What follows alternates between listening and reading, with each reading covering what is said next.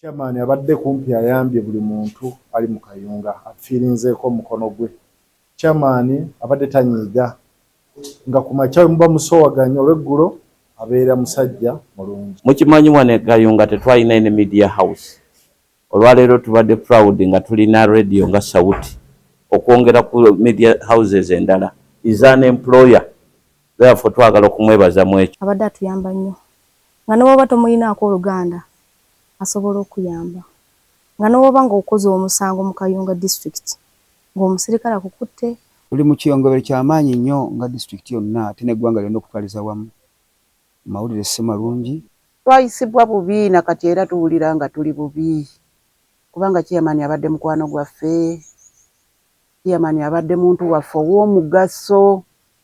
Era tetumanyi tugenda kumuzzaawo tutya. Tetumanyi muntu ki gwe tunazza mu kifo kya chairman.